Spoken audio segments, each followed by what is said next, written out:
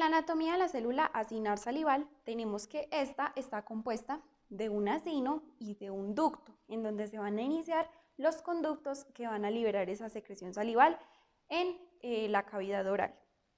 Vamos a empezar teniendo un concepto clave, y es que la saliva producida por el ser humano siempre está en concentración hipotónica con respecto al plasma. Con hipotónica me refiero a que tiene una concentración inferior a la que tiene el plasma. Y vamos a ver que estos fluidos y estas secreciones siempre las vamos a estar comparando con respecto al plasma sanguíneo, respecto a su concentración específicamente.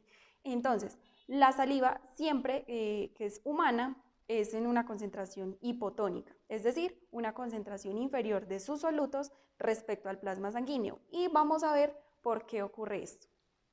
En la producción salival tenemos que la célula acinar salival es donde va a ser el inicio o se va a dar el inicio de esa secreción, en donde la secreción que va a ocurrir a nivel del acino se va a conocer como secreción primaria. Y esta secreción es característica porque es una secreción isotónica. La secreción primaria va a ser isotónica, ¿sí? La final es la que va a ser hipotónica. En esta secreción primaria vamos a tener aquí tenemos un ejemplo de la célula acinar, en donde esta va a ser la luz, es decir, este espacio de acá, y esta parte va a ser la membrana vasolateral, por donde recibe los estímulos y demás cosas y sustancias. En esta parte, cuando llega el estímulo parasimpático para producir la secreción, esta se ve estimulada por señales intracelulares de calcio que van a abrir canales apicales de cloro.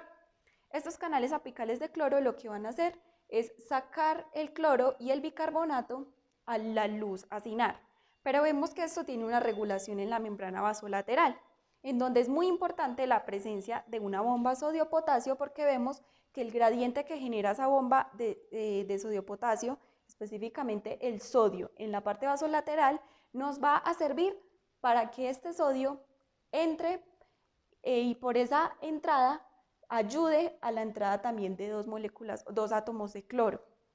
Y este cloro es el que va a terminar saliendo a la luz acinar.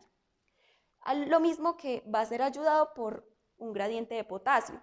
Vemos que aquí el potasio entra a la célula, pero vuelve a ser excretado por un canal de potasio para que la entrada de ese potasio también ayude a la entrada del cloro. Y este sea excretado a la luz acinar, al igual que el bicarbonato. Aquí voy a hacer énfasis en una cosa, y es que el bicarbonato viene producido desde el acino. Vamos a ver que no solo va a estar producido por la célula ductal, sino que va a estar producido también desde el acino. Ahora, esta concentración ya aquí en la luz de estos aniones, como el cloro y el bicarbonato, van a generar un gradiente osmótico que lo que va a producir es el arrastre de sodio y de agua por medio de las uniones estrechas, o en el caso del agua puede salir por la acuaporina 5.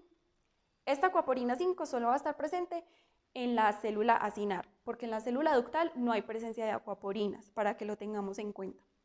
Entonces, estos aniones nos van a generar el arrastre del sodio y del agua, y aquí vamos a tener esa secreción isotónica, en donde se va a parecer mucho a la concentración plasmática. Esa es la secreción primaria. Ahora, esta secreción, cuando viene al ducto, va a ser modificada por esa célula ductal. Aquí vemos cómo la célula ductal va a modificar esta secreción primaria. Cuando viene el ducto, el sodio que trae esta secreción primaria va a ser reciclado por la célula ductal. Vemos que lo hace por canales de sodio, y aquí por un antiportador que entra el sodio y expulsa protones. De esta manera es reciclado el sodio. El cloro que viene de esta secreción primaria también va a ser reciclado por la célula ductal, en donde lo que va a hacer es entrar cloro y por medio de esa entrada de cloro sacar bicarbonato, que era lo que les decía. Tanto en la célula acinar como en la ductal se está dando una excreción de bicarbonato a esa secreción salival. La manera en que lo modifica la célula ductal es reabsorbiendo sodio y el cloro. ¿Qué pasa? Con la reabsorción de este sodio al entrar va a permitir que el protón o los protones salgan, y ese gradiente de protones que se nos va a estar dando acá nos va a ayudar a sacar al potasio, porque estos protones vuelven y entran y esa entrada nos facilita la salida de potasio. Entonces, iones importantes que nos van a modificar esta secreción primaria van a ser el sodio que va a entrar, el cloro que también va a ser reciclado y el potasio que va a salir. Por esto se va a caracterizar la secreción modificada en los ductos, porque hay una excreción de potasio a esa secreción y porque hay un reciclaje de cloro y de sodio. Vemos que en la membrana vasolateral también necesitamos de una bomba sodio-potasio, canales de potasio y de cloro y además una bomba protón-sodio, que lo que va a hacer es ayudarnos a manejar estos gradientes y estas entradas y salidas y así mantener a la célula con ese gradiente. Ahora, la secreción que se nos ha producido acá va a ser una secreción hipotónica. ¿Por qué? Porque ya vimos que reabsorbió estos iones y además nos sacó potasio.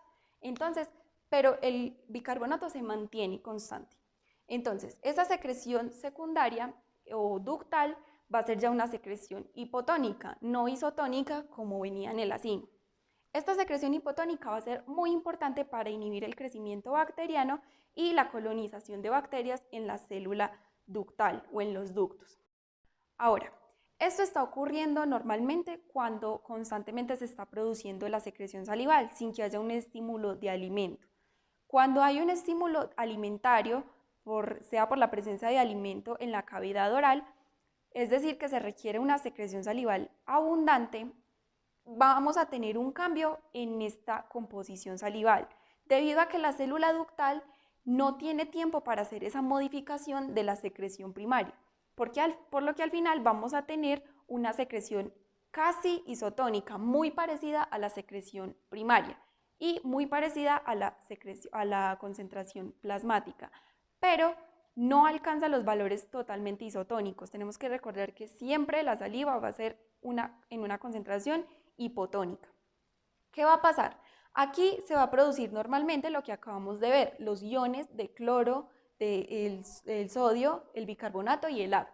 Cuando llega al ducto, como se está produciendo en grandes cantidades, esta célula no tiene tiempo para hacer esa modificación ni ese reciclaje, por lo que ¿qué va a pasar? El sodio va a aumentar en la concentración final, es decir, en la salivación final, el sodio va a estar concentrado porque no va a haber ese reciclaje eficiente.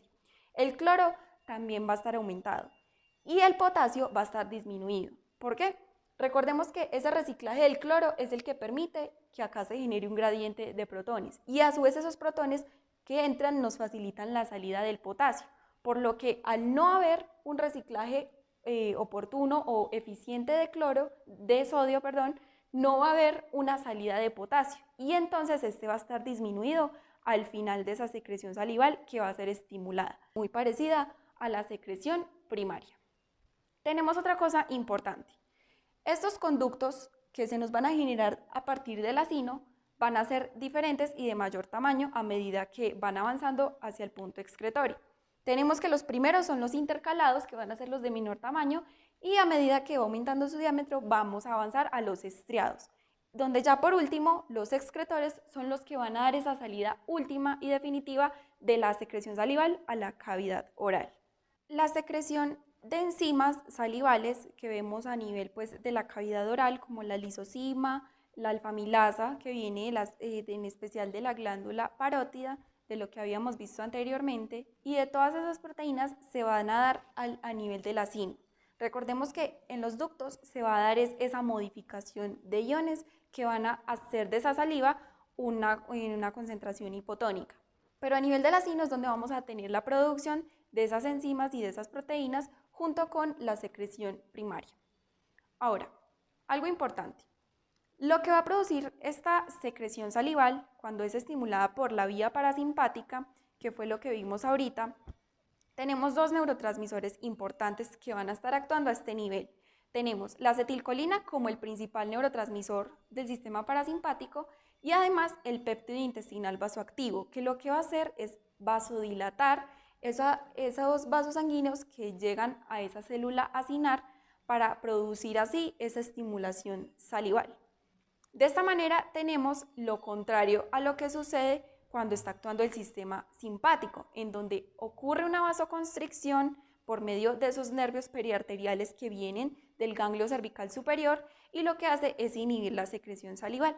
Recordemos que en los videos anteriores de las hormonas peptídicas, hablando del péptido intestinal vasoactivo, les había dicho que este era un inhibidor a nivel de contracción muscular, de la contracción del músculo liso, pero que a nivel de secreción, este lo que va a hacer es un estimulante. Entonces, aquí en la secreción salival, el péptido intestinal vasoactivo y la acetilcolina son los que van a estar mediando esta secreción que viene del sistema parasimpático. Y así terminamos lo que tiene que ver con la anatomía de célula acinar salival y la regulación nerviosa de la secreción.